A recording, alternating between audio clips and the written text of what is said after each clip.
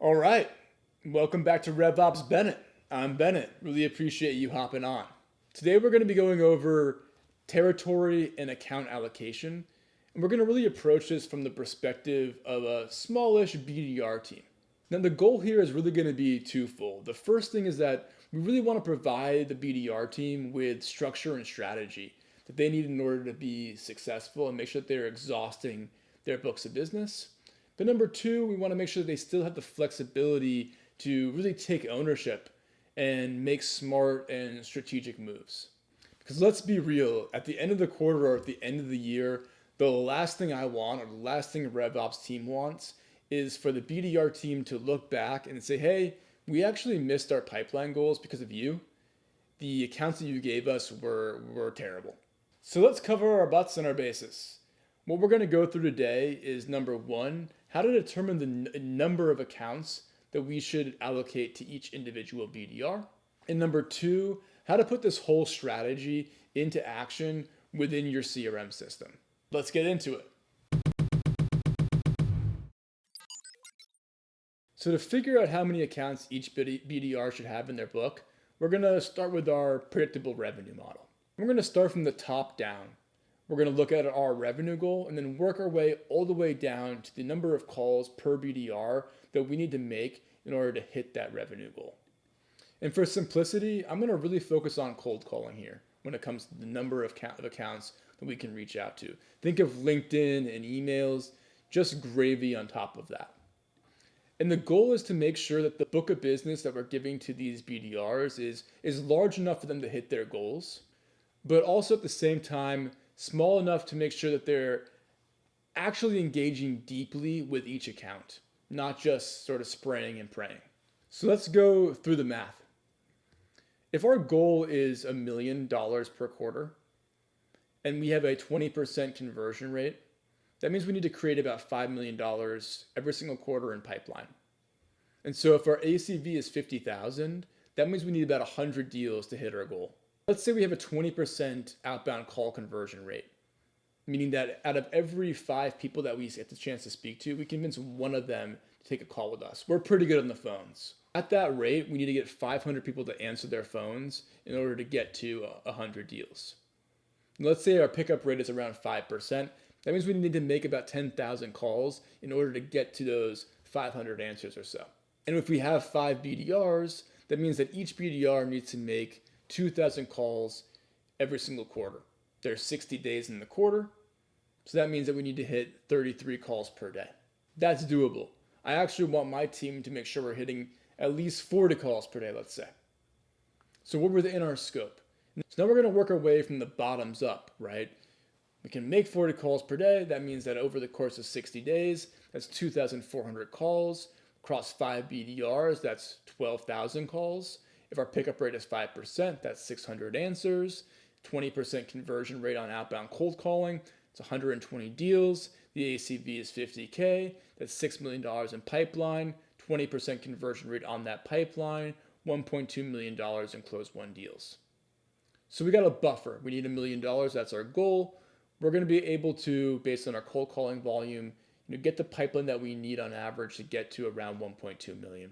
So the number I want to focus on here is the number of calls per quarter that each BDR can make here in order for us to have that buffer to hit our goal. We need to make per BDR 2,400 calls. So when it comes to our territory size, we're going to start with the capacity of cold calling, 2,400 calls. So getting into our territory size for each individual BDR, we're going to take that 2,400 call capacity and we're going to apply it to at least 3 contacts per account. So let's say we on average found that there's 3 decision makers or high-level champions per account on average. And we want our team to call at least 7 times to each one of those prospects. So 3 contacts, 7 calls minimum per contact. That means that for each account, there's going to be 21 calls made. So if we take our total amount of calls that we can actually make, 2,400, divide that by the amount of calls per account, 21, that gets us to 115 accounts. So there's our magic number, 115 accounts. That's the amount of accounts that a BDR can have in their book where there's 3 contacts per account and we're actually making enough calls into those accounts where we feel that we've exhausted that route. So we got into 115 accounts. Now let's talk about flexibility. We know that not all accounts are created equal, right? Some are gold, some are not so much. And traditionally, you've been stuck with that book of business. You'll grumble, you'll lose motivation, maybe blame RevOps a little bit. But with the setup we're about to go through, we're really as a RevOps team trying to remove any excuse the BDR team has and give them the flexibility and freedom within their own books of business.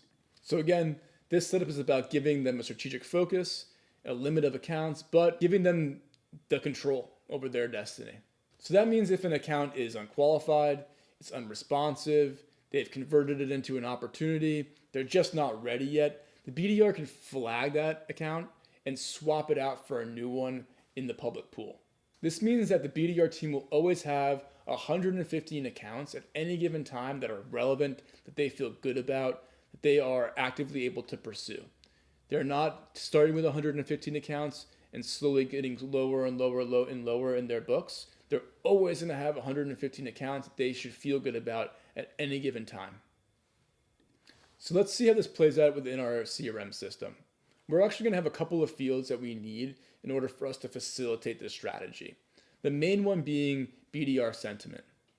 The BDR sentiment is going to have 4 options. You're going to see opportunity set, meaning we got an opportunity with this account. Obviously, that account should get removed from that person's book. We should get a new account into the book of business. It's unqualified. We gave them a bad account. We connected with that prospect, but they're just not interested, and there's no chance for us to sort of gain any traction there. Or we've exhausted all of our avenues of cold calling and emailing, and it's time to just move on to a new account. Once a rep updates this field, a couple of things are going to happen. Number one, this account is going to get removed from their name, going to go back into the pool. Number two, it's going to update a field that I have down here for the sake of this demonstration. This would be in the back end though, called BDR sentiment change date. This is going to stamp when the BDR last updated the BDR sentiment. And this setup gives some awesome visibility. We can quickly pull reports for the team to show, hey, show me all the accounts that I connected with, but they just weren't interested last year, for example.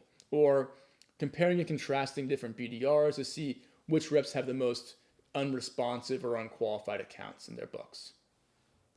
And for BDRs, this is empowering, right? They can grab a fresh account whenever they cycle one out, and they can bring a new one in. There's really no excuses. There's no finger pointing. They have complete control. They're going to have 115 accounts that they have ownership of at any one given point of time. So now I wanted to show you what this looks like from a reporting perspective.